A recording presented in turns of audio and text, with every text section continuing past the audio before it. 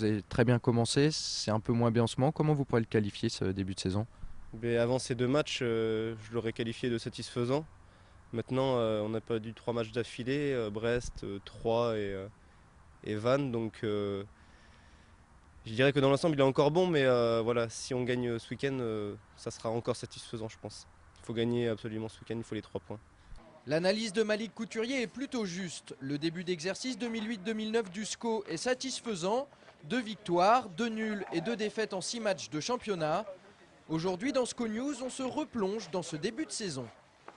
Opposés à Reims lors de la première journée de championnat, les Angevins font forte impression. Ils s'imposent avec la manière 3-1. Les buts sont signés Aurillac qui réalise le doublé et Alou et Folou. À l'issue de cette première journée, Angers s'empare de la première place de Ligue 2. La semaine suivante, pour sa première sortie loin de Jambouin, le SCO se rend sur l'île de Beauté pour y affronter Bastia. Les SCOistes ramènent le point du match nul malgré plusieurs occasions nettes. Une victoire et un nul en 2 rencontres, les débuts sont plutôt prometteurs pour le SCO.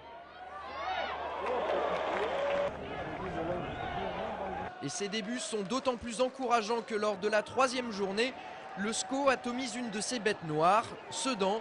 D'entrée, Captain Brunel ouvre la voie à ses coéquipiers. Il est ensuite imité par Alou et Folou et Desblés. Score final 3-0, 7 points, 6 buts marqués, un seul encaissé en 3 matchs. La saison du SCO semble parfaitement lancée. Seul Strasbourg fait mieux avec 3 victoires en autant de rencontres. Après une telle entame en championnat, c'est forcément très attendu que le SCO débarque à Clermont pour la 4e journée de Ligue 2.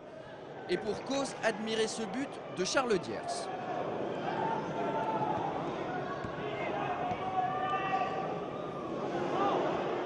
La conception est parfaite, la réalisation l'est tout autant. Ça fait 1-0 pour Angers. Et ce n'est pas terminé pour les Angevins, Diers va encore faire parler de lui. Il offre à Brunel ce petit bonheur de passe. Le capitaine angevin ne manque pas l'occasion de doubler la mise.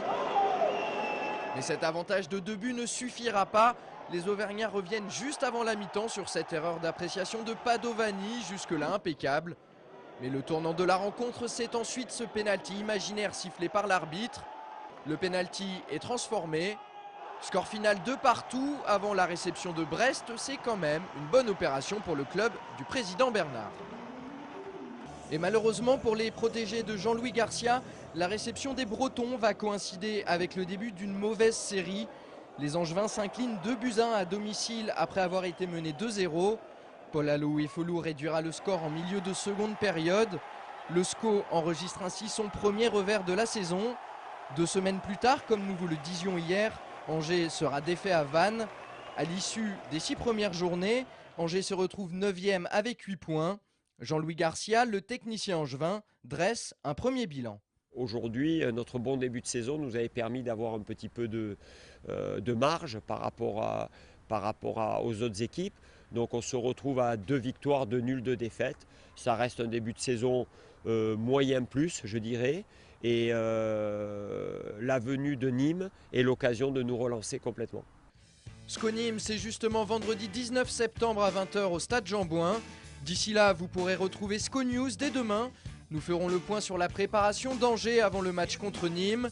SCO News, c'est tous les mardis, mercredis et jeudi à 20h40, 22h40, minuit 10 et 1h10. Et chaque lendemain à 8h10, 12h40 et 15h10.